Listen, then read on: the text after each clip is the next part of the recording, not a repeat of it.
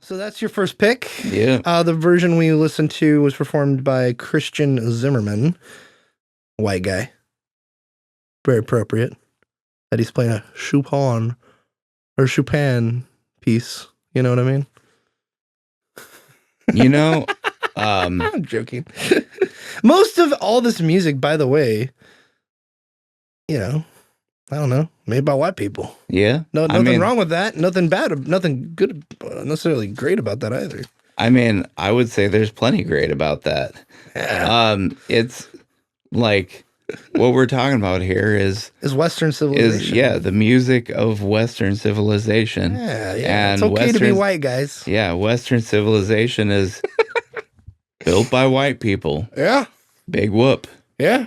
It's like you can't get away from that. Can't get away from it, man. Like any attempt to diversify the West, all that does is water down the West.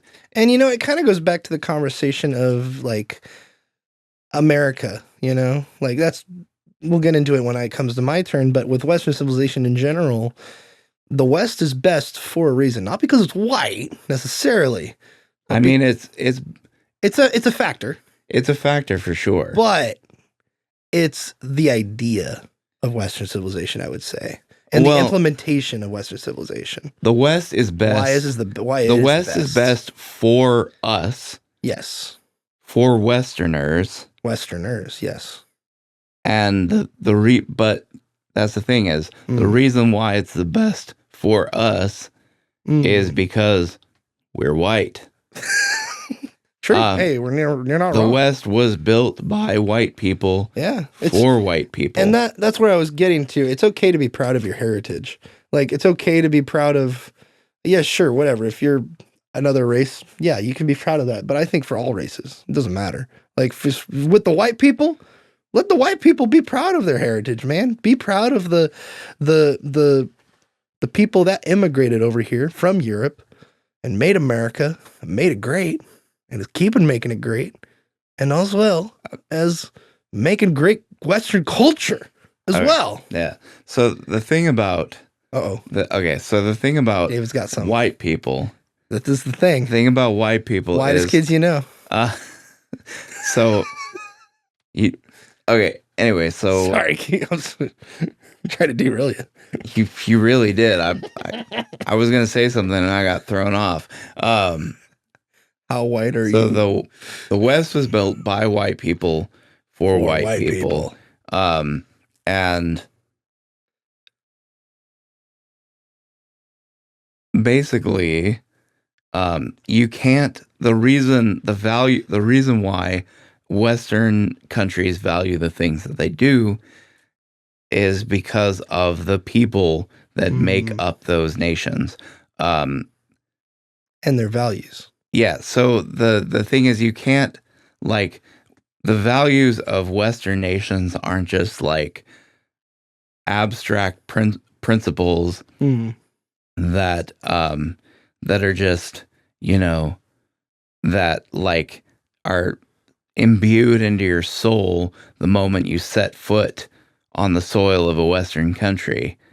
You know, the reason why Western nations have the values that they do is because of the people that make up those nations. Nations aren't just imaginary lines drawn on a map. Yeah. Nations are they mean something. Magical soil that causes you to be of that nation the moment you step on it. And nations are the people that make up those nations. So, I mean, I don't want to say like white is right, but like it's better right. than most. It's right for us because that's who we are. That's our heritage. Yeah. Like if you're in Japan, being Japanese, it's right for you. Yeah, exactly. So that's the thing is I don't want to get super political. Yeah. Well, I'm just saying in terms of comparing cultures, there's a reason why us Americans say the West is the best. Is because in comparison to what's right for us versus what's right for you is better in our eyes because it works really well for the people who are over here. Like, for example, if we try to apply all of the history and all of the values cemented in, say, for the Japanese, for example, and that nation over here, it wouldn't work because the people are different inherently and they have different values inherently, which means it spans generations. So it's like, it's an interesting topic because I feel like, especially in modern day where we're at, it's a topic you cannot talk about. We kind of touched this a little bit on our our two anime wartime films where we had a discussion about Japan. You guys can go find the highlight on the YouTube channel, but it's where we had a discussion about Japan and kind of the, how did you describe it, David? The homogenation of culture over there and specifically made for the people who live there or something like that. I can't remember. I can't remember exactly what you said, but we had a discussion about it. It was really fascinating. And it's like one of those discussions where as we're talking about, I'm like, yeah, we're so canceled. we are so out of this, like any kind of bubble or box people try to put us in. Like it's a taboo topic. There's I would say it's considered a taboo topic, but it's a topic I think that should be discussed and openly and honestly. Because how else will we just figure out our differences and get along, you know? Because basically what it boils down to is exactly what David said. It works because the people are the way they are, where they're at. And for example, I consider the West the best because I think our values are more important than anything else in the other parts of the world. Like the Judeo-Christian values, for example, the way we treat other people, example, the freedoms that we have, the Constitution, in fact. You can chime in and insert all sorts of politics and bad faith arguments into this kind of discussion. And yeah, your mind will naturally go there because of the current political climate we're in. But separate that and segregate it out of this discussion and looking at it from a perspective of comparing cultures and objectively looking at it, what values one brings to the table versus the other. And it's also important to emphasize, like David said, it works for the people who are Japanese in Japan, and it works for the people who are white in America, for example, or who are white in Poland, for example. So it's just an interesting concept of it's better and the West is the best. And it's just into discussion, I would say. West is the best.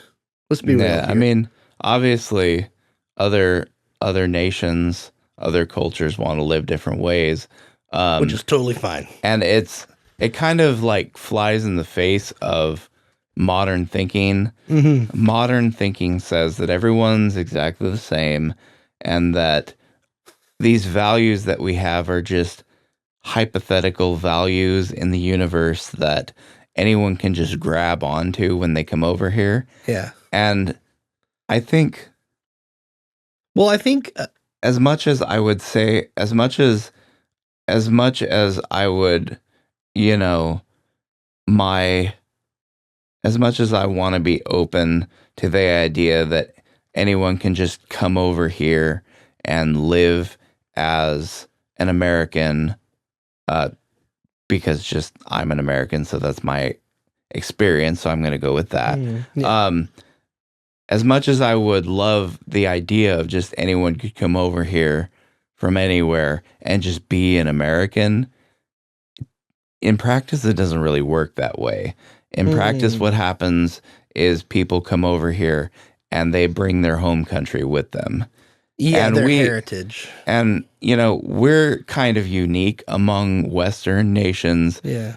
Because we're already kind of more ethnically diverse. Even when we were just starting. Like, yeah, even when we were much more majority white than we are now. Mm-hmm. Like we were, just because of the presence of certain immigrant groups that came over here, and also from various places, and also the presence of the Native Americans, we were already more ethnically diverse than Europe was. Yeah. So there was already gonna be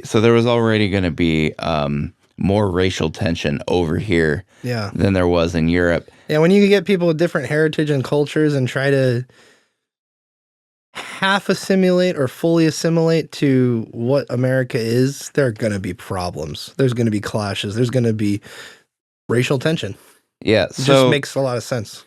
So where we arrived, I think, with before the sort of migration boom from the 60s onward, I mean, that was already a difficult enough journey. Yeah. And then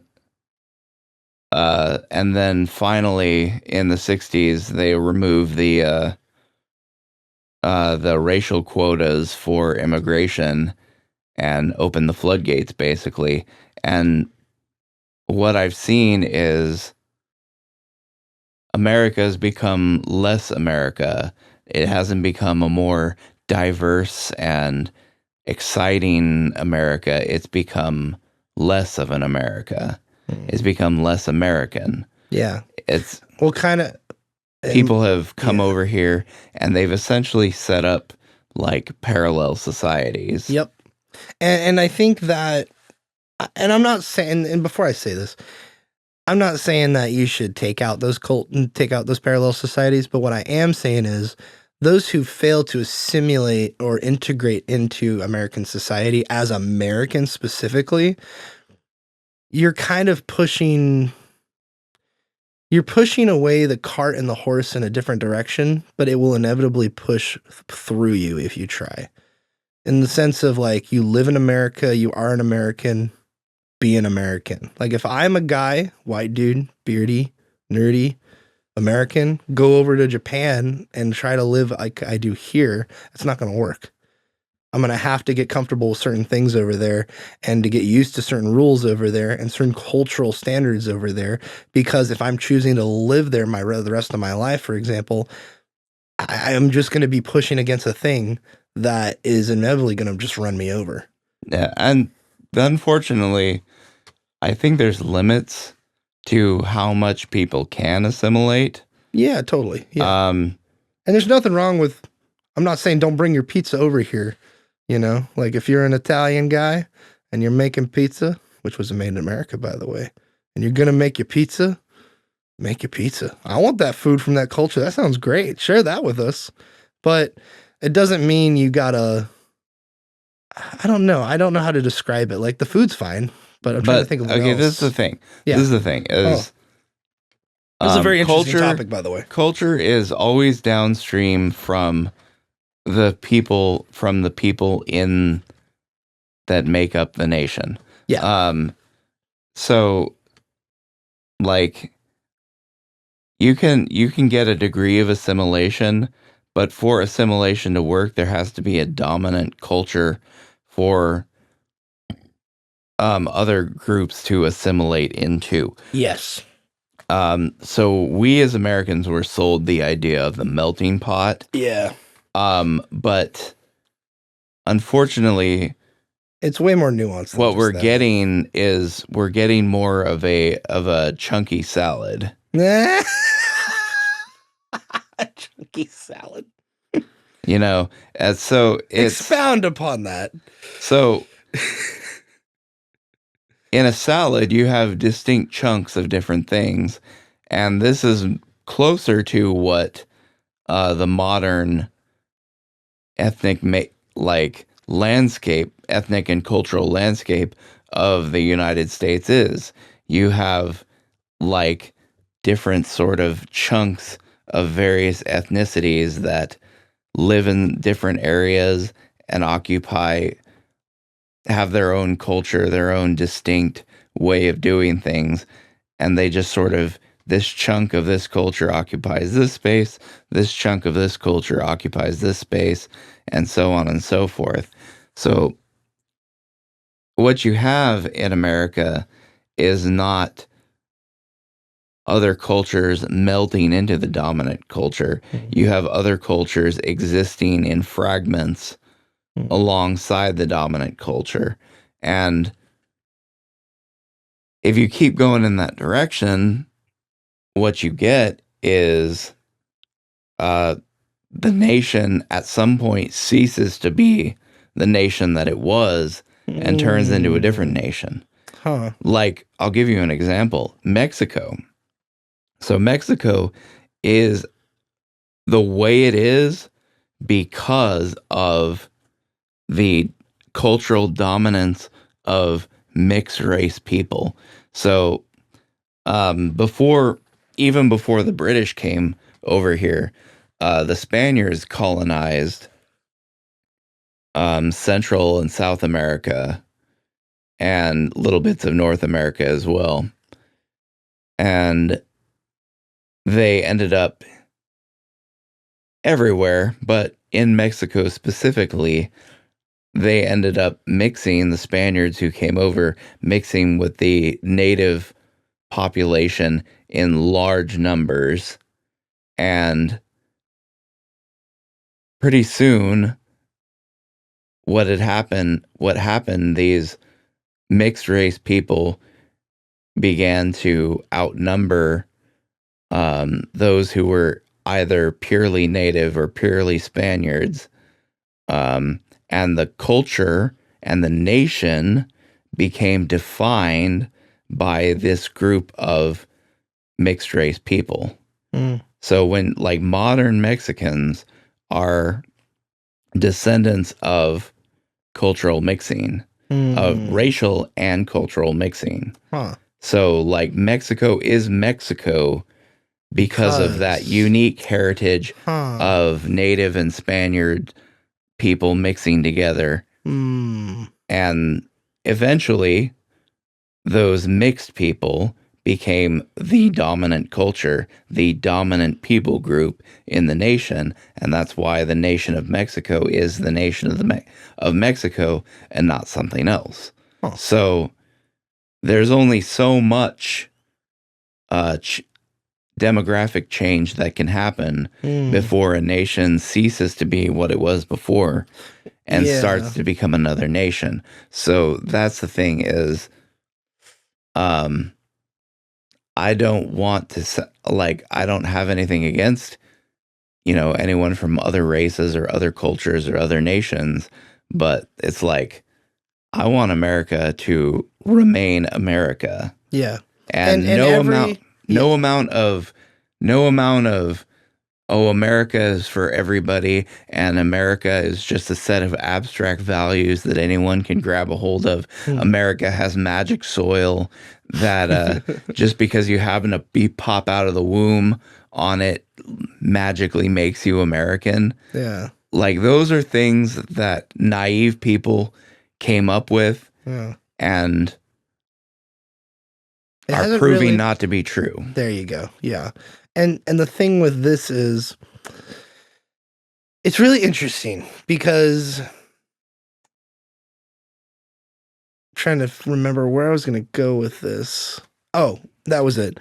You're not alone in your feeling of America wanting to just be America. We brought up Japan. Japan really just wants to stay as Japan. They really, especially right now, I'm not trying to get political here, but right now especially, they are very, very, very focused on keeping Japan full of Japanese people and not allowing so many people who are immigrating or visiting there to stay there. They want just that culture to be that culture. And I think that's fine. Like, honestly, and same thing with Mexico.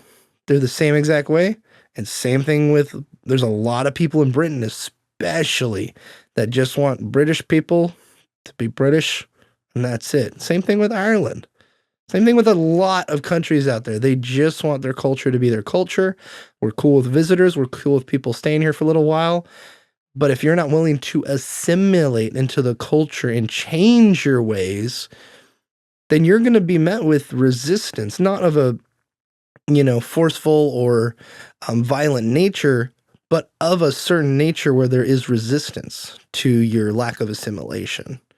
It's an interest. I was not expecting to talk about this, but it's something to ponder of, and it's something that's relevant and of notoriety nowadays, especially. Yeah. And this is why I think I chose classical pieces to analyze too, because it's just, I've been thinking a lot about the West, and I used to be kind of like a squishy liberal kind of a thing. No. Like, where I feel like the beard has sucked all that out of you. Where I was just like, you know, all people are the same everywhere, and Western values are just these abstract principles that anyone can grab onto. They're not rooted in any particular people group. And you're an American just because you popped out the womb on American soil. The soil's magic like that. It makes you American. Soil's magic like that. It makes you American just by being born on it. I used to think that way. Yeah. And the problem is none of that's true. And we've seen the result of it not being true as well. Yeah. Our culture's gotten worse. There's more racial tension, just in general. Yeah, you can see this all over. It's demographic change causes cultural change, which causes nations to, at a certain point, stop being the nations they were, and they become new nations. And this is one of those things that I think the West has to reckon with, because we've been sort of brought up to think that these ideas are racist and xenophobic and bigoted and harmful and all this and that. But this is how humanity has existed for thousands of years. Thousands. And sometimes natural stuff will happen, obviously. Like, for example, the Mexico example or the Central and South American example. Those cultures were born out of that, the mixing and that kind of thing. It was born out of that. And with time, that'll happen.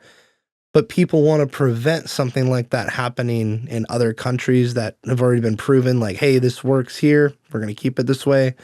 Because if it changes, it could change for the worse, basically.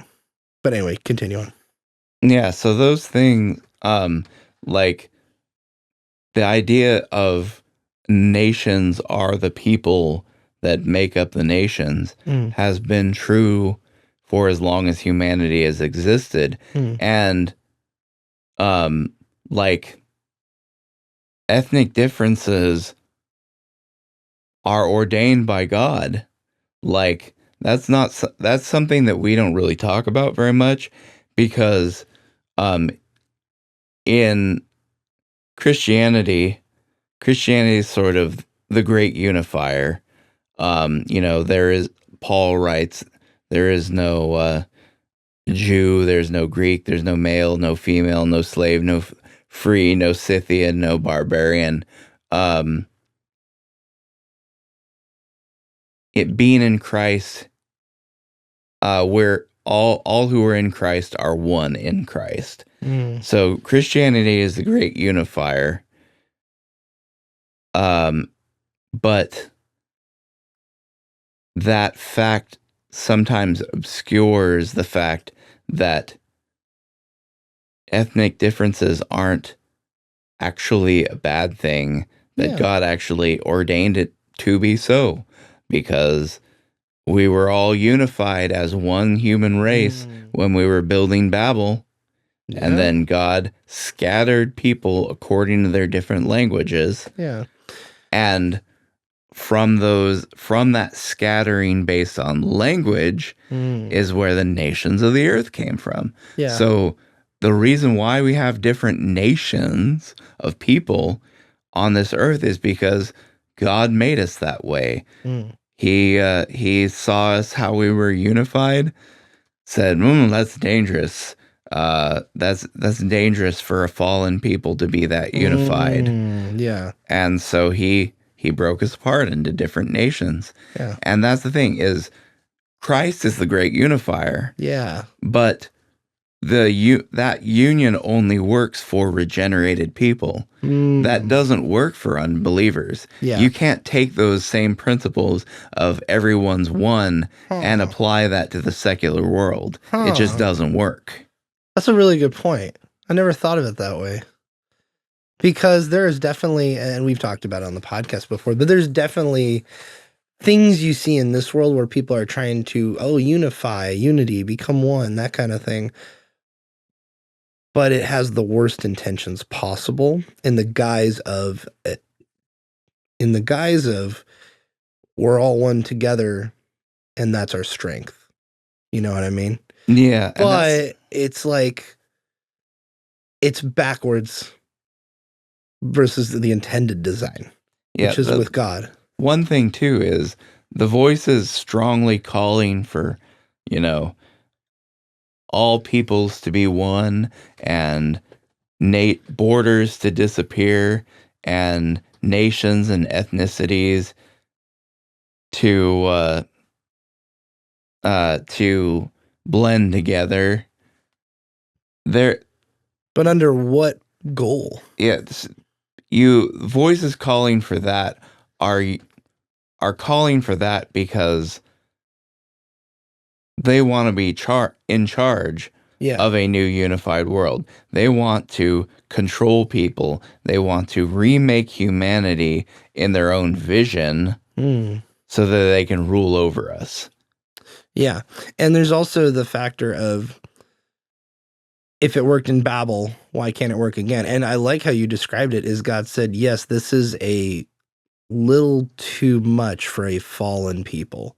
Because he does have an intended design, especially if you read Revelation in the end and the new earth and that kind of thing. But you're unified under Christ, under us being his bride, that kind of thing. And it's interesting because I bring up the example of the Friday night Bible study I go to, and you've attended too. It's a very different cultural experience. Like, I'm not a Mexican guy. I, my skin kind of looks like it because I've been in the sun a lot in my life. But the point is, I joke, by the way. I joke I'm a Ritz cracker instead of a regular cracker. Anyway, if we don't have Christ, like, what are we really there for? You know, like, it's different cultural boundaries, and you can still go and experience cultures and visit countries and enjoy their food and all that great stuff and their history and heritage just fine. But when you're actually together and you're different and you're unified under Christ, it's a different experience. Like, it's also cool because it's kind of like going to a different church. It's a different flavor, or at least that's supposed to be the way. It's a different flavor of Christianity, or a different flavor of the Holy Spirit and how people act. It's like personalities, is how I think I've heard Thad describe it as. Like, if you go to a church, they shouldn't be copying each other. They should be unique in their purpose, unique in themselves, but still unified under one body.